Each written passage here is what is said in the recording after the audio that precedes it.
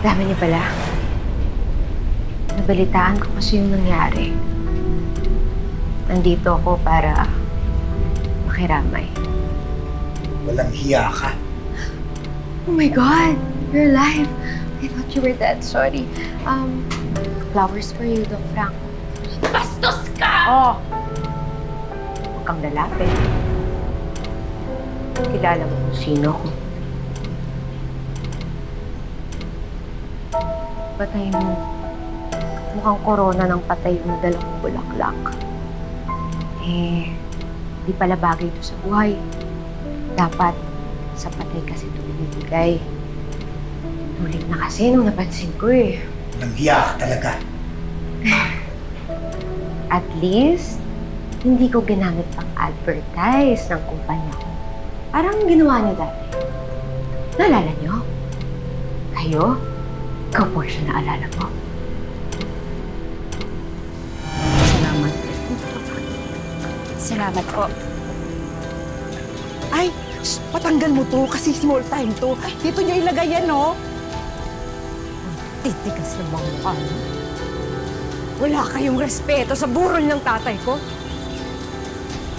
At dito pa kayo nag-promote ng brand yung walang kwenta?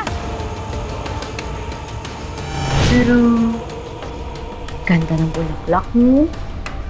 Na-inspire ako tumula.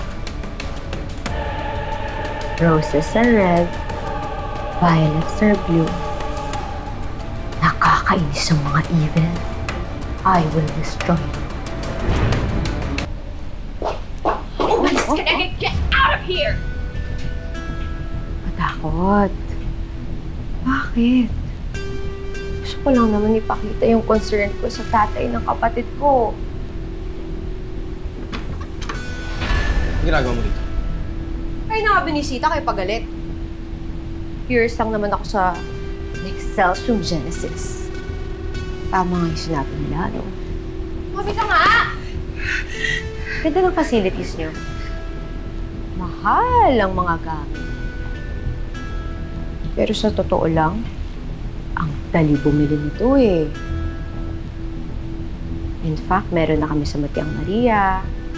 Actually, meron na din kaming mga doctors na tumutulong sa pag-aaral kung anong gagawin sa mutya para magkaroon pa ng maraming gamot. Ang galing nga eh. Gulat ako. Ang bilis magtrabaho. Puro nararamdaman ng mutya na hindi ko to ginagawa para sa pera. Kaya yun, sinashare niya yung secrets niya sa akin. Kahit na anong gawin mo, hindi mo kayang tapatan ng Excelsior. Hindi ko naman po talaga tatapatan. Hihigitan ko. Balita ko, hindi na napagaling si Annie Belen. Sayang. Pero buti na lang may Mutiang Maria Wellness. May mapupuntahan ng mga taong katulad niya.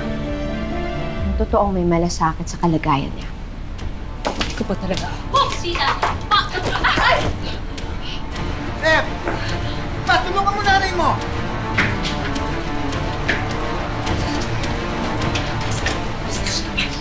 Bastos! Mas mabuti ng bastos kaysa mo matay.